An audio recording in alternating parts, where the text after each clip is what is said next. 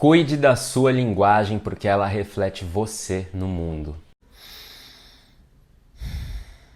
Hoje eu quero compartilhar com vocês uma história que aconteceu comigo quando eu tinha 11 anos de idade. Eu lembro muito desse momento porque foi um momento de virada na minha vida, em que eu comecei a me apaixonar pelo autoconhecimento, pela comunicação, pelos seres humanos. É uma história até que relativamente engraçada. Quando eu tinha 11 anos de idade, quando eu era criança de maneira geral, eu era muito inseguro. Eu tinha dificuldade na hora de socializar com as pessoas na escola, porque eu tinha muitos medos, bloqueios, insegurança, era tímido demais, sou introvertido, então também dificultava um pouco ali meu relacionamento. E eu lembro que existia uma necessidade em mim muito grande de ser aceito pelas pessoas, de estar em algum grupo. Mas como tinha todos esses bloqueios que me atrapalhavam na comunicação e nos relacionamentos, eu lembro que eu utilizava a fofoca como maneira de ter a atenção das pessoas e de me relacionar com as pessoas, de ser visto pelo mundo. Então eu era uma criança muito fofoqueira.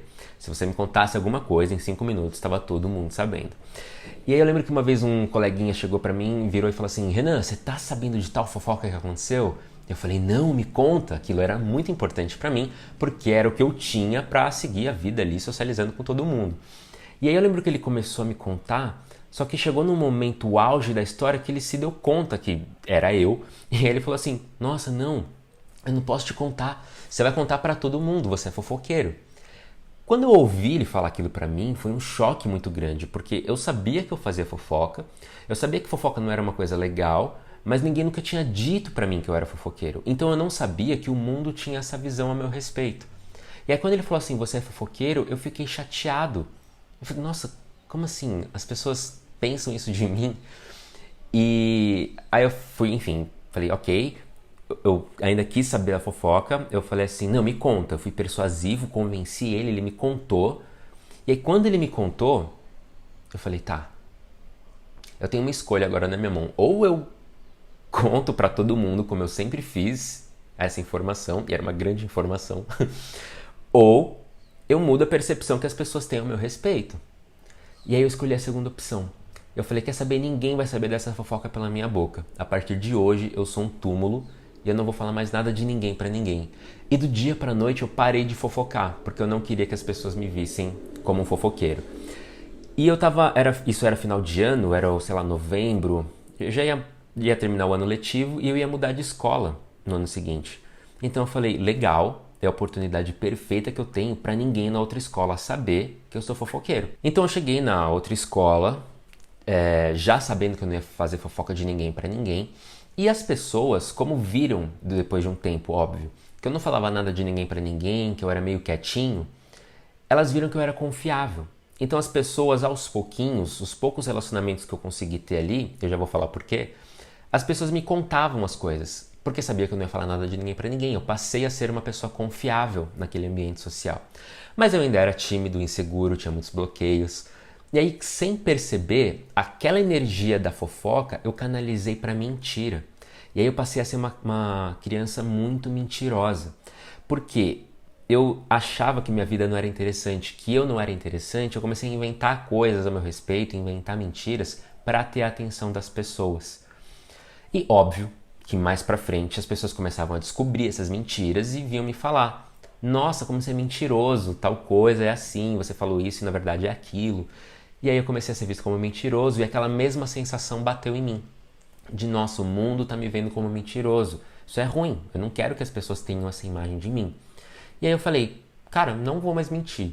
Do dia pra noite eu parei de criar mentiras e de inventar coisas.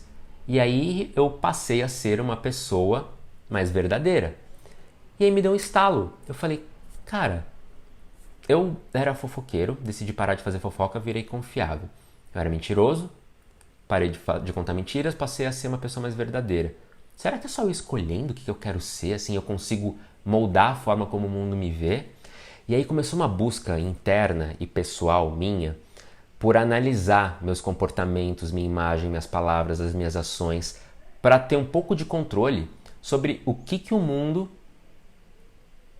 pega a meu respeito, o que eu expresso para o mundo e o que o mundo capta a meu respeito. Porque é óbvio que se eu faço fofoca, as pessoas vão me ver como fofoqueiro. Se eu me vingo de alguém, vão me ver como vingativo. E por aí vai. E eu falei, caramba, que incrível. E começou essa busca minha por comunicação, né? O que eu tô comunicando pro mundo? O que eu tô falando? O que as pessoas estão entendendo do que eu tô falando para elas? Como que o mundo tá me vendo? E não só de mim, mas dos outros também. Eu comecei a analisar muito as ações dos outros, o comportamento dos outros, o que os outros estão me dizendo, às vezes sem dizer, não só pela palavra, mas corpo, comportamento, ações, gestos, roupa, estilo de vida, maneiras de ser. E eu comecei a me relacionar melhor com as pessoas porque eu fui entendendo melhor as pessoas, eu fui entendendo melhor os seres humanos, o que eles precisavam, as necessidades de cada um, o que cada um tinha dificuldades, os problemas, e além de ir conseguindo me relacionar melhor, eu fui moldando o meu comportamento para ir sendo uma pessoa menos negativa, então menos mentiroso, menos fofoqueiro, menos vingativo, e para ser mais confiável, mais verdadeiro, mais honesto. E aí eu fui moldando de fato a minha expressão no mundo, a minha imagem no mundo. E eu fui ampliando muito a minha escuta, né? Quando eu falo escuta, não é só o que eu ouço, mas o que eu vejo nos outros, o que eu sinto dos outros. Escutar é isso.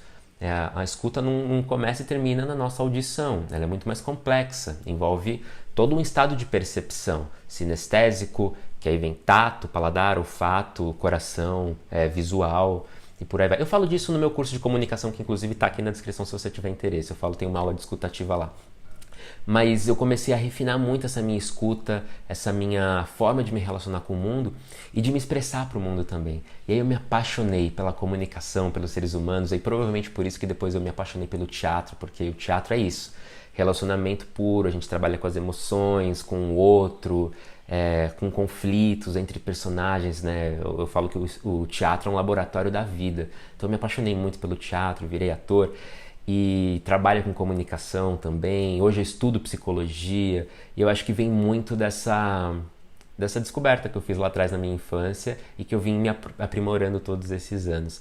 E eu quis compartilhar essa história com você para falar sobre comunicação, para falar sobre expressão, para te perguntar se você tem consciência do que você expressa para o mundo, às vezes sem se dar conta, e mais, o que o mundo está te contando, e que às vezes você não está captando, porque você talvez não esteja com a escutativa refinada ou com essa percepção do mundo refinada. Por isso que é importante ter consciência do que a gente está expressando para o mundo, o que a gente está comunicando para o mundo além da palavra. Eu posso ter algum tipo de dificuldade no trabalho, por exemplo, e me afastar de pessoas e oportunidades porque eu estou expressando coisas que me afastam de pessoas e oportunidades. Eu posso estar tendo comportamentos e comunicando coisas a meu respeito que eu não sei, e aí eu não consigo aquela promoção ou me aproximar daquela pessoa por conta disso. Ou eu posso ter dificuldade de passar numa entrevista de emprego porque eu estou comunicando coisas, expressando coisas que vão me atrapalhar ali.